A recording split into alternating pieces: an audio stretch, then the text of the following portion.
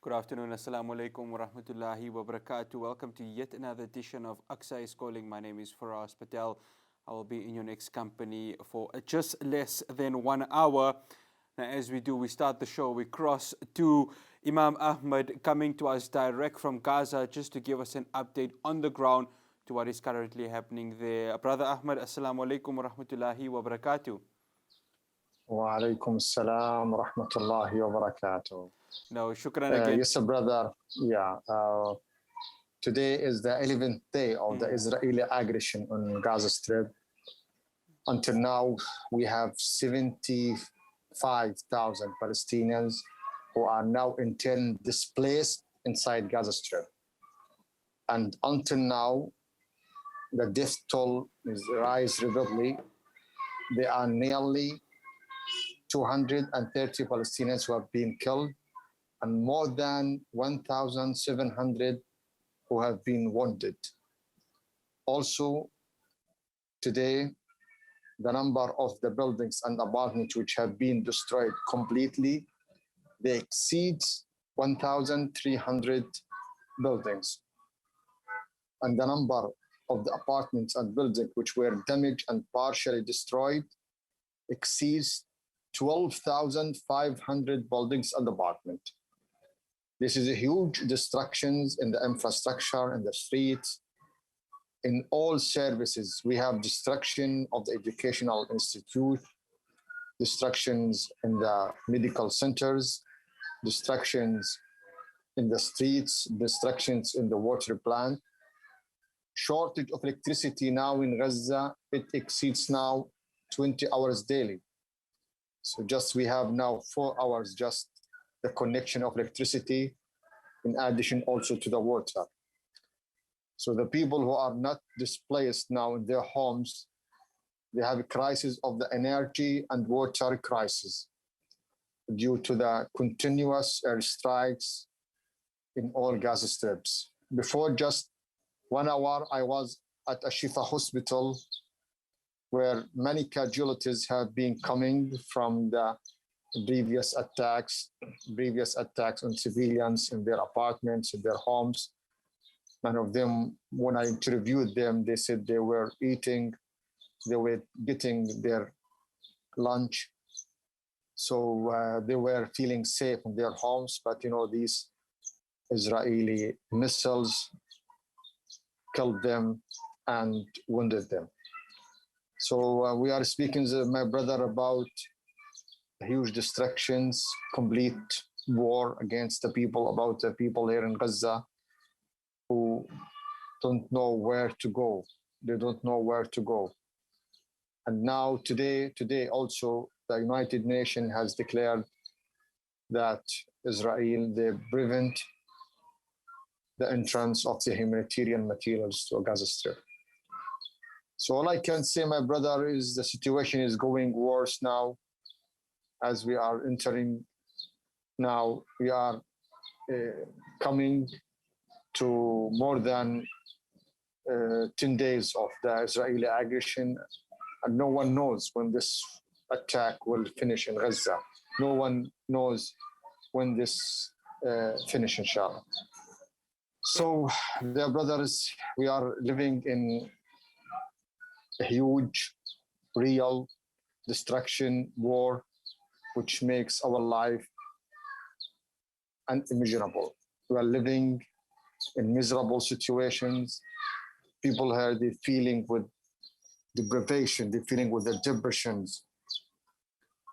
Because every day we woke up on killing of the children, on women, on the wounded of our relatives, our friends, on shocking news, in the destructions of the homes, of the businesses, of everything here in Gaza. Brother Ahmed, one of the questions I actually wanted to pose to you was with regards to earlier on you spoke to me and you were in a hospital, not the Shifa hospital, but another medical facility. And I think it's probably the same that is happening in all the other hospitals. The healthcare facilities have been strained. Is that something you saw also with regards to the hospital you visited earlier on? regarding the destruction. No. With regards to the healthcare workers and Yeah, obviously the resources that they have, that there isn't much available to them to care not only for the COVID patients, but also for the patients that are currently, suffering through the wounds and the damages that have been done through these missile attacks. yes, brother. Today I was in two hospitals here, a Shifa hospital and the public aid hospital here inside Gaza. And today I met many doctors there and the health workers there. They will feel with the frustrated, they feel with the pain when they saw these bloods, when they saw these wounded uh, people, the children. Today, wallahi, when I was at the Shifa hospital, there was attack on apartment here in Gaza and buildings, and complete family have been wounded. I have seen a Palestinian who have lost his eye, and I saw wallahi children, 2 to 3 children who are wounded, and now they are getting the treatment inside. And there was also, I think, 2 persons have been killed, 2 martyrs in this attack. So I think it is something unimaginable that you are now inside. You were inside the hospitals, and the cases they are coming seriously, and in parallel everything is shocked there. The doctors also they speak about the crisis of the shortage of the medicine, medical disposables, of the medical equipment. Most of the medical equipment they are old machines because Israel prevent the entrance of new ones, and there is also a limited funding for this equipment. There is no limited resources to pay for new and modern equipment. Medical equipment.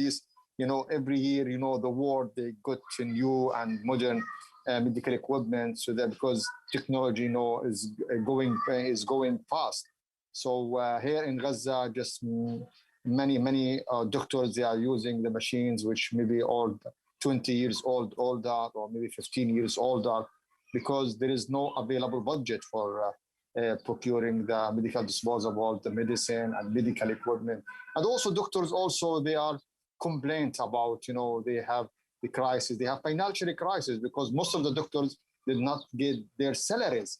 So imagine, my brother, so these doctors who are working around the clock, who are providing the service, who are saving the lives of the people, most of them, they don't get their salaries due to the financial crisis for the Palestinian Ministry of Health and the Palestinian Health Authority in Gaza, because of there is no enough funding and budget to pay for the salaries of the government employees, especially the doctors.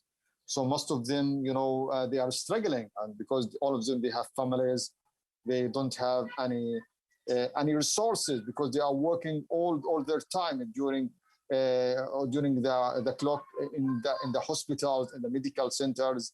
So I guess that the situation, I think is going worse, because imagine that someone is working 24 hours a day and there is no monthly salary at the end of the month to pay for his family and his basic needs. Brother Ahmed, I want to turn your attention to something that has been not just trending on social media, but a number of the news stations have been covering it. It's about a young girl named Nadia. She's a 10-year-old. I don't know how far, of course, where in Gaza she does live. I don't know if you are probably familiar with her, but she's one of those girls that have spoken about the horrors of war. Like any other child, she has dreams and aspirations. Of course, she mentioned she'd like to become a doctor.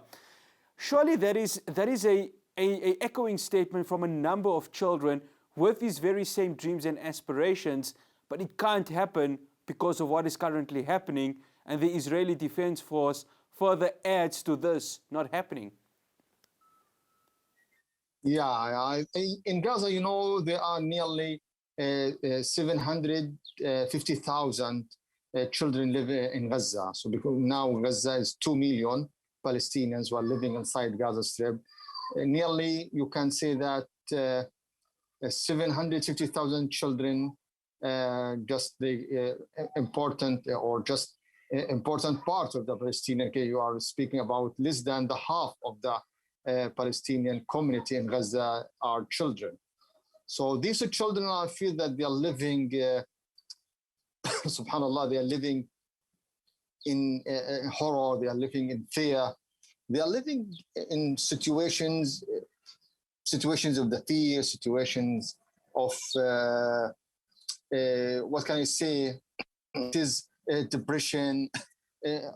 As I mentioned before, all of them, they need psychological support. Today, I have read a letter which is written by a Palestinian child, which is a girl, to his mom. She mentioned to his mom in this letter, my mom, please, when I want to die, I want to be with you, please. So imagine, look at our children, what would they think? They are thinking with the death, they are thinking with the killing, they are thinking with the moments of the fear. They know these children in this age, all of them, they are thinking about, playing, about toy, about watching TV, about playing. But Gaza children, they are thinking of what I can say, thinking of the death, thinking of the airstrikes.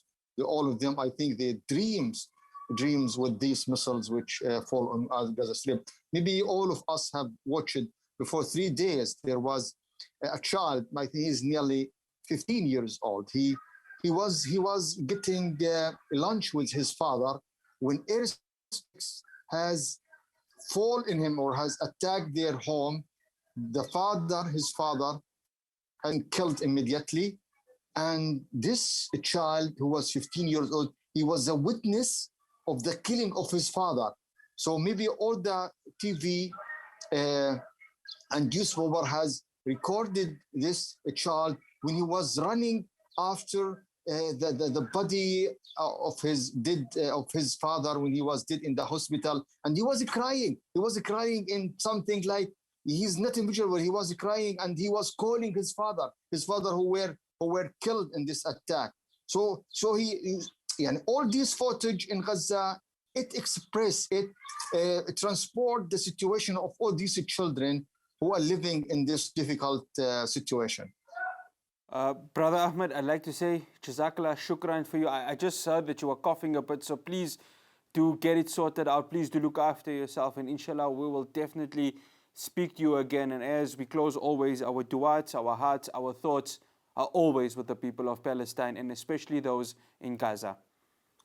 Jazakallah khair. Jazakumullah khair. No, barakallah feekum. Assalamu alaikum to you, Brother Ahmed. That is, of course, Imam Ahmed, who gives us daily updates every day from Gaza. And as you heard from him, the psychological trauma these children are feeling right now is beyond something that we can ever imagine. And remember, children are our future. And unfortunately, the children of Gaza cannot share that very same sentiment of having a good future. Well, coming up after the break, AQSA is Calling will continue. Do stay tuned.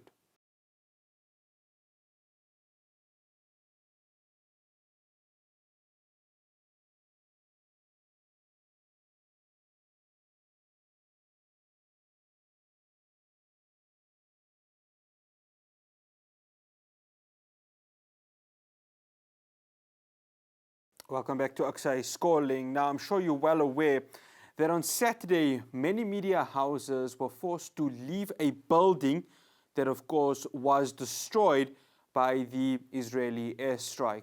One of the media houses was, of course, none other than Al Jazeera. That brings the question of really how desperate are the Israeli army in trying to restrict media freedom with regards to what is happening in the Gaza area. Well, joining me is Mustafa Mehta. He is from the Media Review Network. Mustafa, assalamu alaikum wa rahmatullahi wa barakatuh, and jazakallah so much for joining us. Wa alaikum assalam wa rahmatullahi ta'ala wa barakatuh. Thank you very much for having me. No, it's an absolute... Good afternoon, viewers. No, it's an absolute pleasure. Mustafa, I think one of the questions we have to ask is that media freedom, and especially the covering of what is happening in Gaza, when you see what the IDF had done in trying to just destroy that building and eventually succeeding in it, it just shows that media freedom is under real threat right now in Gaza. Oh, definitely. And when one of the most powerful regimes, powerful armies in the world goes all out to bomb and attack, bomb a building that houses media, what are they trying to say? The message they are trying to send is very clear, that we have got something to hide here, and we don't want journalists or the media to witness, and send it out, to the world of the real situation on the ground. So this is what, the Israelis have done. So according to international agreed norms, you don't bomb media houses, let alone gag the media. Zionist Israel is not allowing journalists into the areas. But according to international norms, journalists must be there. Let them see what is going on. They are not allowing that simply because of the killings going on in Gaza. Why on earth does a civilized nation, as they call themselves, destroy residential buildings or buildings that house the media? And yet we haven't heard anything. The irony of it all is that we haven't heard anything from the so-called Western journalists, condemning what Israel, has done. Well, I want to refer to a statement, of course, you sent through to me earlier on, the AQSA docket. So, of course, it's the Palestine Solidarity Alliance, along with your organization, are launching an urgent interdict to try and have a request to have Israel push for crimes against humanity, these war charges. So I just wanted to find out how close are yourselves, along with PSA, in trying to succeed in this happening, because you of course approached the National Prosecuting Authority and various other crime organizations, or anti-crime organizations, excuse me. So can you give us an update with regards to that?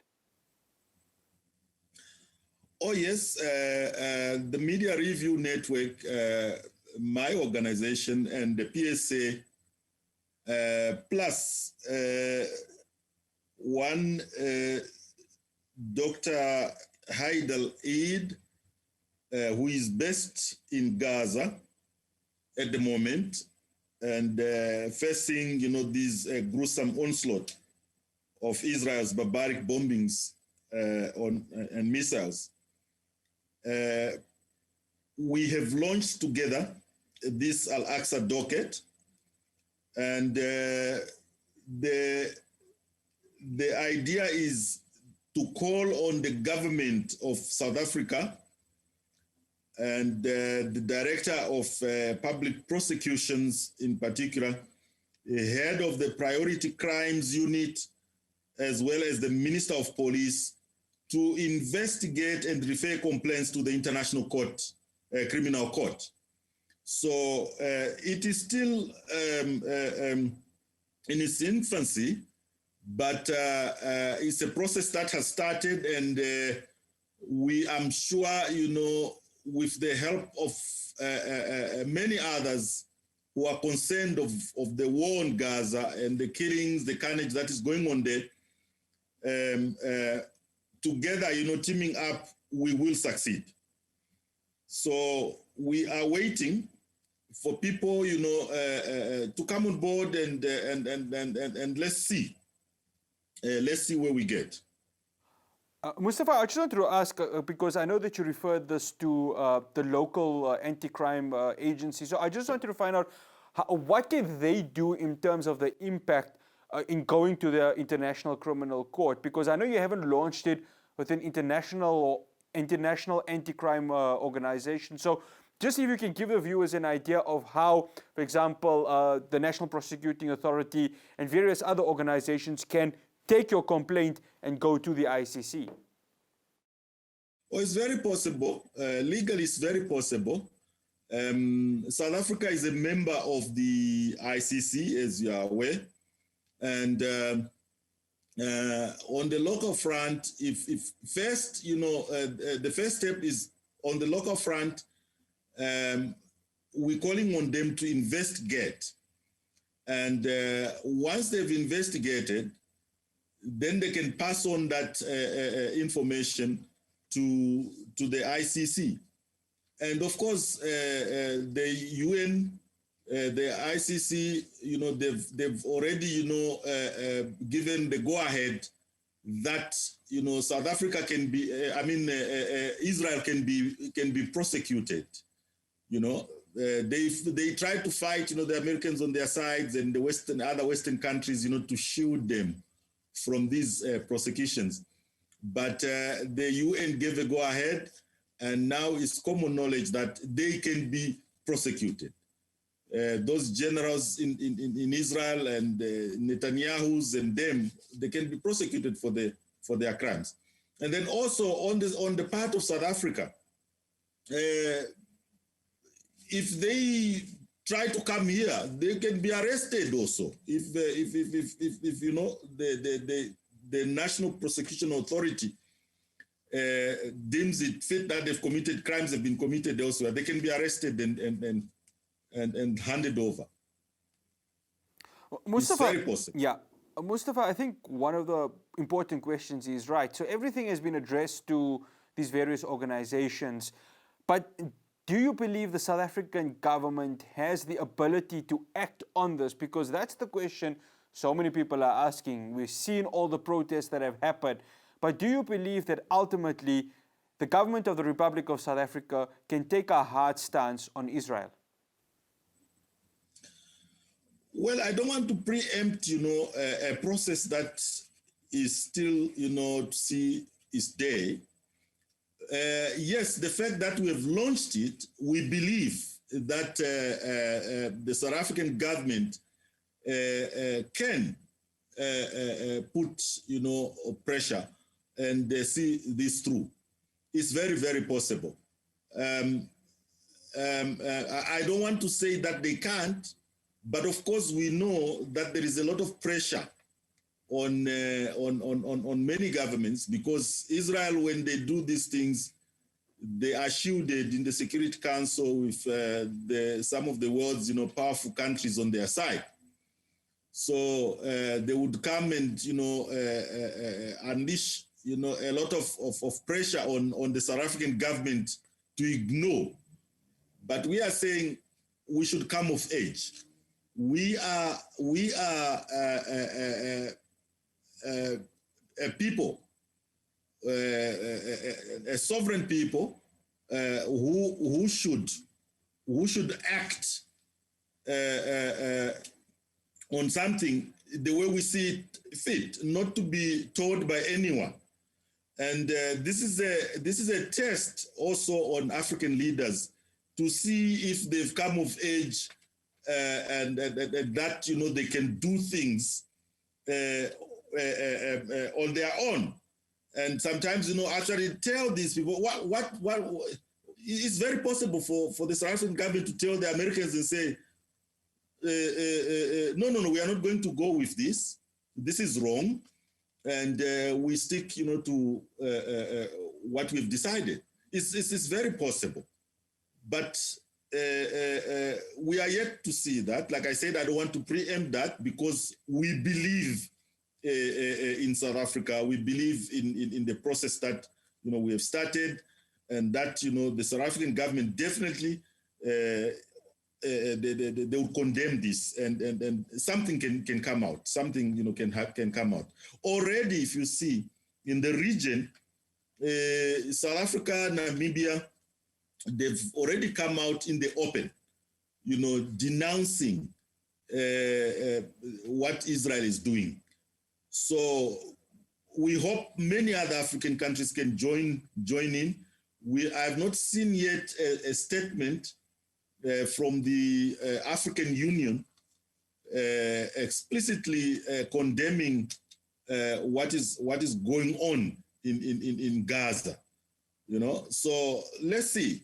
But we have faith and we trust in our own systems. Yeah, I just saw a report the Maldives, well, they've actually decided to cut all ties from Israel. Well, they haven't officially said that there are sanctions. I know it's an African country off the coast, so, I mean, that surely should be seen as a positive, am I right? Oh, well, if the Maldives is thinking along those lines, that would be a first for us. And we encourage many, other African countries to take, a leaf from that and really oppose the war in Gaza. It's very brutal what is going on.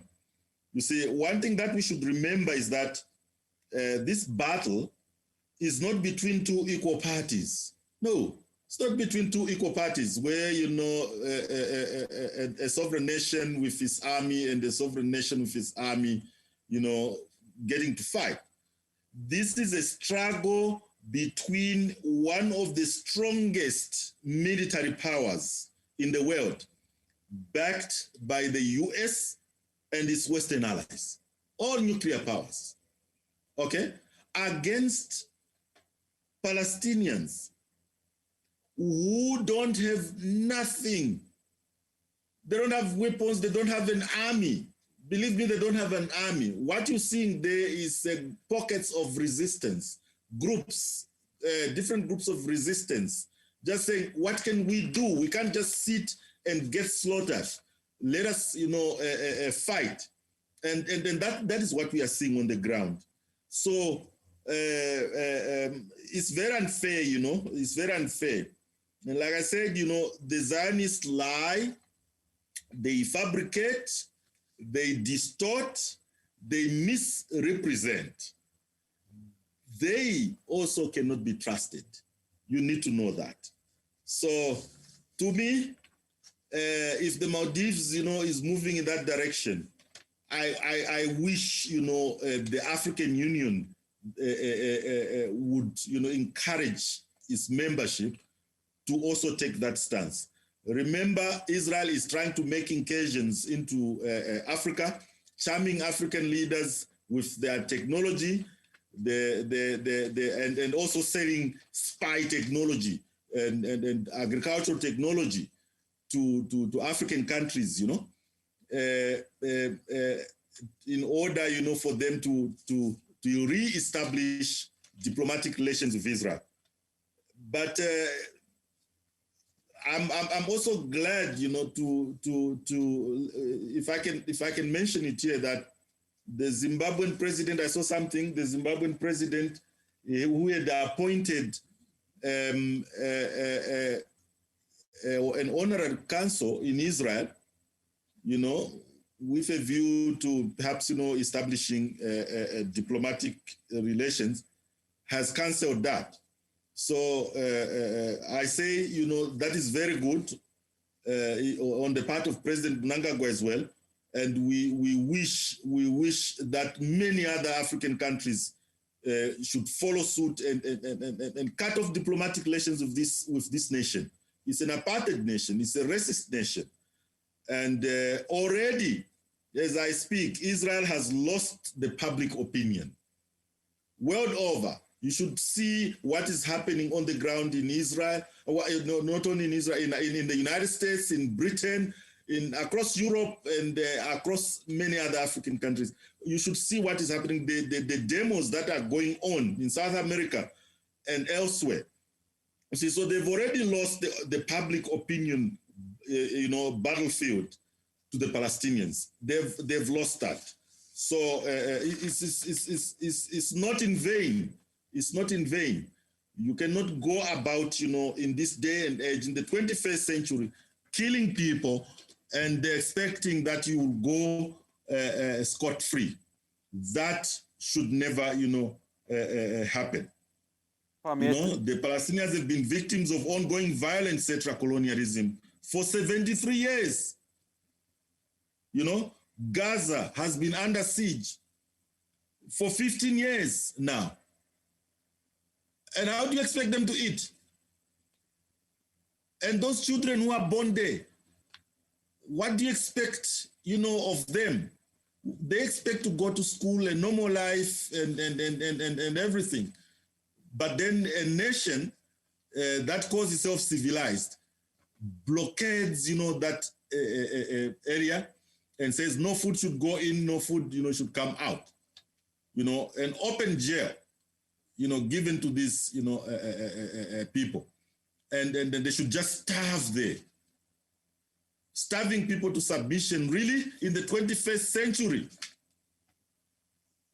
It's nonsense too. Unfortunately, I'm going to have to stop you there. I'd like to say Jazakallah for making time for us. We really do appreciate it.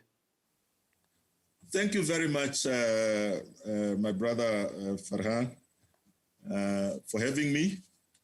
God bless you. No, Jazakallah so much. Barakallah feekum. Assalamu alaikum to you, Mustafa. It's Mustafa Mehta from Media Review Network. Well, he mentions, of course, the public opinion has been lost of Israel, and if the protests across the world is anything to go by, then that statement is definitely true. Stay tuned to AQSA is Calling. We'll be back after this break.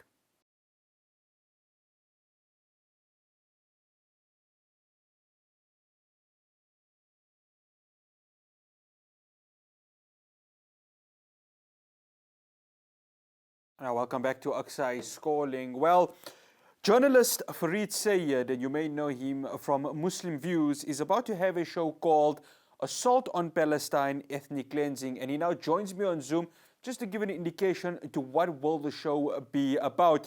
Assalamu alaikum, Fareed, and Jazakallah so much for making the time for us. Wa alaikum salam wa rahmatullahi wa barakatuh, and Jazakallah for inviting us and allowing us to share what viewers can expect on Saturday, inshallah. Well, I'm going to leave it to you, Fareed, to just give the viewers and just a brief bit of a snippet to what the show will be about. No, absolutely. Of course, you know, I think it goes without saying that our focus, the focus of all humanity, all of humanity, it's not just a Muslim issue as such, but of course, as Muslims, and as your program points out, you know, AQSA is calling. It's very dear to us what you know, Al-Aqsa and the situation in that part of the world. It has greater resonance. But I think what we have witnessed over the past 10 days or more shows that, you know, humanity really is, the conscience of humanity is what I think needs to be touched on. And this is what our program is going to be all about. It's about focusing on not just the current situation. So we've called it Assault on Palestine. So that is current. But, you know, there's a kind of a rider to it which says ethnic cleansing, which then gives us, I think, a clear indication of what we are seeing now is simply a build-up, and which has been actually at least for the past 70 odd years. One can in fact even go back to the Balfour Declaration. But just even if we just look at the 73, 74 years ago with the Nakba, it has been a process of ethnic cleansing. And in that light, we've invited one of, you know, our keynote guests is going to be Professor Ilan Pape, who is the author of the seminal work, Ethnic Cleansing of Palestine. He does not believe, and he doesn't really pull any punches. He doesn't say that, you know, it was a removal or an eviction of people over a period of time. What he says quite clearly, it's a process and a program of ethnic cleansing, which is also ongoing. We also have, and I think I just, you know, in this way, I will give the viewers an idea of what they can expect in terms of the key points. So the one is historical, looking at the ethnic cleansing process, which started centuries or almost a century ago. And then we also have Abdul Karim Al-Kahlout. He's an activist, a part-time writer, journalist as well, but really an activist on the ground in Gaza. So I think it's very important for viewers, for all of us, to know exactly what is happening on a day-to-day basis. And I think, the human interest accounts are one that we can identify with. When they talk about children being bombed, when they talk about clinics being bombed, so if you go to a clinic and you end up at the clinic and it's bombed, it's something we can identify with, And so what Abdul Karim will be doing is really giving us the reality of the situation on the ground. We'll be speaking to him, and then I'll give the details of the program, but it will be on Saturday. So it will be live up to the minute as to what is happening on the ground at that time.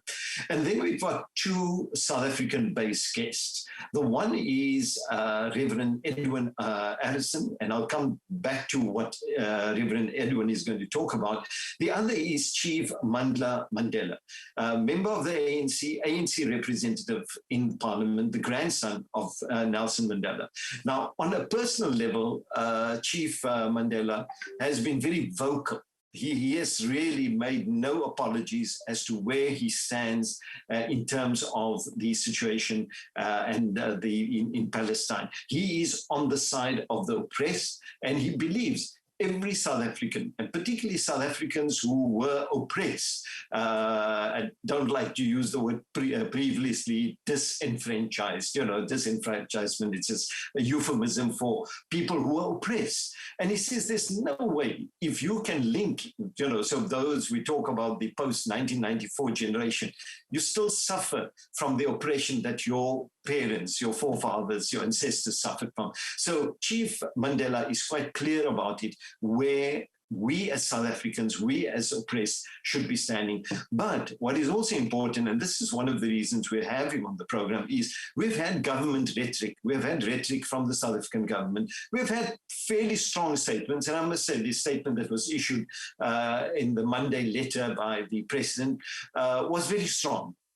But what we are looking at really is more than words. And this is where we will be engaging with Chief Mandela. He is a member of Parliament. He serves on various committees in Parliament, but he is part of the ruling party. And there will be listener interaction via comments, etc. So your questions can be put to Chief Mandela and say, look, what is the government doing beyond issuing very strong statements? And then the fourth guest speaker, Reverend Edwin Harrison, he is a member of Kairos South Africa, which has close links with Kairos Palestine.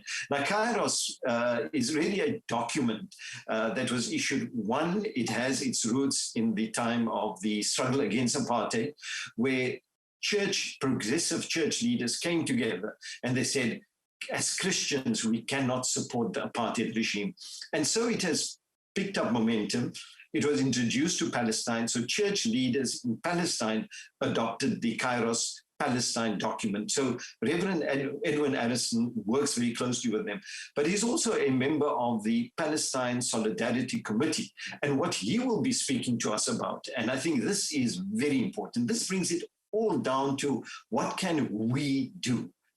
Are we merely observers? Are we people who express sympathy? And all that is important. But what more can we do? What can we do in terms of really putting pressure? Maybe not on the Zionist state. Maybe they're too arrogant to even buckle under pressure, but they support us. And so we're looking at economic pressure, for example. And I think one of the key components and the key talking points on the program on Saturday for us will be BDS, boycott, divestment, and sanctions, and particularly boycott. And I think there are lots of issues. We're seeing lists with 50, 60 products. Is it realistic? We're going to engage it. Yes, maybe people should be boycotting every single product on that list. But then again, we have learned from our experience in South Africa. We've had great boycotts going back to the 70s, the Fatties and Monies boycotts, the red meat boycott in Cape Town. These boycotts were very effective because they were targeted. So we target certain products, and we're going to be speaking to Reverend Harrison about that. For us, in terms of the details for the program, so first of all, we have linked up with ITV. When I say we, we're talking about the Academia Library and Resource Center, which is based here in Cape Town. So it will be a live webinar with a live crossing to Palestine. We'll also be on the various platforms, Al-Ikhlas, Facebook and YouTube. But I think, what will be the key platform will be ITV. So ITV will be joining us from 7 o'clock, until 8:30. It's a 90-minute program. And tune into ITV on Saturday at 7 p.m. and you can, in fact, participate in the discussion via the comment box. We may not have enough time and logistics may not allow us to have a live link up. We will see when that happens, but at least you can listen to the very in-depth account from Professor Ilan Pape, Abdul Karim's account of what is happening on the ground, and then from Chief Mandela and Reverend Edwin Edison, what action can be taken. And I think that's very important at this stage. Farid, what's interesting, obviously, with the name and of course, the emphasis on ethnic cleansing.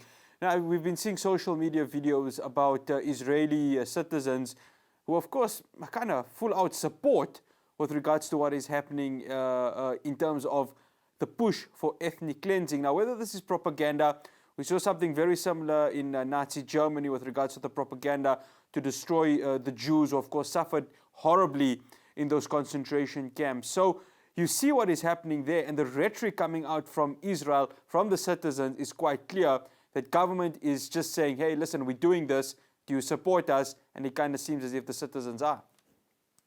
Yes, so what we have seen, and I think what is very different from the past sort of uprisings and acts of resistance by the Palestinians is that either it was one or two fronts. And the one front was normally Hamas and resisting with rockets and using the tunnels, etc. And often a lot of those actions are not reported by the mainstream media because it really, I think, gives lie to this myth about the IOF, Israeli Occupation Forces, invincibility. So they have been hit, and we don't often hear about that. But what is important, I think, about this one is the uprisings in what they call historical Palestine, but what we consider to be occupied Palestine, the whole of occupied Palestine. So a number of cities have joined in, Nablus, Nazareth, etc., where people have really risen. But that was also in response to lynch mobs, Zionist lynch mobs going around. And, it's sad. Faraz, you spoke about Nazi Germany, where Jews were marked, physically marked for extermination. They were identified. Their houses, their shops, the business places were marked as targets for attack. And in fact, extermination. Unfortunately, that's what's happening in occupied Palestine. And so Professor Ilan Pape will actually be talking about that. He's going to be talking about this process of ethnic cleansing that happens on a day-to-day basis. So what we saw in Al-Jarrah, Sheikh Al-Jarrah, beg your pardon, Sheikh Al-Jarrah was not about an eviction, as Mohammed Al-Qudri so eloquently put it on CNN when he actually unpacked and deconstructed the question when they put it to him, your reaction to the eviction. It's not an eviction. It's part of a removal. And here again, Faraz, I think what is very important for us as South Africans, our parents, our relatives, they were victims of, yes, evictions, but we, and as Muslim views, we've actually used the word mass removals. Farid, unfortunately, I am so sorry. Our time is truly against us. But you can catch Farid Sayed, the live webinar, 7 p.m. to 8:30 p.m. live right here on ITV Networks. Assault on Palestine, ethnic cleansing. Make me laugh again, Farid, for interjecting to you. I said Jazakallah to you for making the time for us. Well, that's all we have for you here on AQSA is Calling. Do join us again tomorrow, same time, same place. Assalamu alaikum wa rahmatullahi wa barakatuh.